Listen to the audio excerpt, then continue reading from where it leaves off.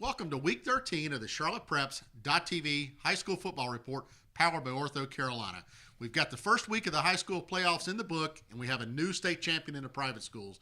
And Tim Winters and I are going to tell you all about all the action from this past Friday night and look ahead to next week. Tim, why don't you get us started with that Butler-South Meck first-round playoff game? Yeah, South Meck had a terrific season this year, and they were rewarded with one of the toughest matchups in their opening round of the playoffs, playing the Butler Bulldogs. And things actually started out very well for South Meck and their fan base. Early on, they jumped out to a 13-7 lead at the 7-minute mark of the second quarter. What happened to South Meck over the next 5 minutes was a nightmare, a Benny Lemaire nightmare. Butler's junior tailback carried the ball and his team on his back, 16 carries for 165 yards and 2 touchdowns, giving Butler the halftime lead that they would not relinquish. LeMay finished the game gaining 203 yards on 22 carries and 2 touchdowns. Butler's defense turned in a big night as well, forcing 3 turnovers and scoring a TD. Butler wins in very convincing fashion, 55-20, moving on to the second round in a rematch of their August 29th game that Butler won 28-27 over Mallard Creek. Talking about those Mallard Creek Mavericks, let's take a look up at what happened with their game with Myers Park. As per usual, Mallard Creek rolled to an easy first-round win in the state playoffs versus Myers Park. The Mavericks were certainly not 100% crisp, allowing for some timely penalties and special teams errors. However, they were strong enough for an easy win to open the playoffs. Jay Smith completed passes for over 250 yards and found the end zone 3 times for Mallard Creek with his arm and twice with his legs, accounting for 5 touchdowns. Mallard Creek was led by running back Jaquavian Alexander, who did help Myers Park stay in the game in the first half. Alexander scampered into the end zone late in the first to narrow the lead to 14-7. Quarterback Clay Norris for Myers Park also passed for close to 200 yards, but it wasn't enough on this night against a perennial state championship contender. The Mavericks pulled away late in the second half with strong defensive plays and a steady stream of positive offensive plays. Next up for the Mavericks, as we talked about earlier, a big rematch with Butler. Amazingly, this is happening in the second round of the playoffs. Somebody really good is going to head home after 1 week of football. As always, the first week of playoffs is full of excitement in Union County. Tim's going to take us inside Union County for reports on their playoff teams.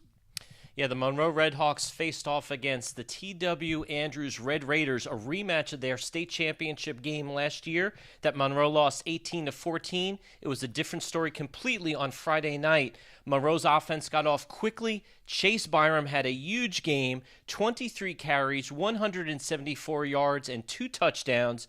Zephaniah Wall, their sophomore quarterback, 2 touchdowns as well. Monroe wins 38-12 and will meet Ashe County next week on the road, high in the mountains of western North Carolina. In 3AA football, the number 2 ranked Cuthbertson Cavaliers won over Ashbrook 63-20. It was Cuthbertson's 8th straight win and a huge offensive game for the Cavaliers. 655 yards on offense. Austin Kendall, the junior, with 5 touchdowns, throwing for 379 yards, and he rushed for 68 yards. Weddington in 3AA football, ranked number 5, beat South Iredell 38-0. That defense is continually on a roll, playing some very good football, and their backup quarterback, Grayson Willingham, getting the job done in his second varsity start, leading the Warriors 38-0 over South Iredell, and Weddington will host A.C. Reynolds on Friday night at Weddington Stadium. We told you last week it would be close. Little did we know it would be that close in the state championship match between Charlotte Latin and Charlotte Christian on Friday night. The Knights of Charlotte Christian came into the game searching for the 3rd consecutive state championship.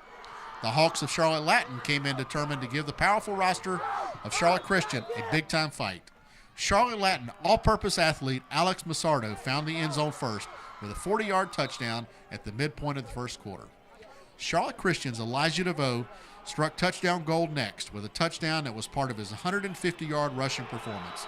DeVoe used his arm next, passing for a touchdown to Charlotte Christian's quarterback John Turley. The teams traded touchdowns in the second half before Latin began to rally and tie the game at 21.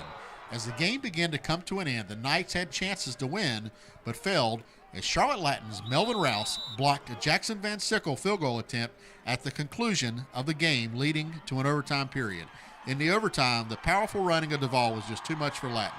On Latin's final overtime possession, Jeremiah White came up huge to stop Latin and secure the state title for Charlotte Christian 28-21.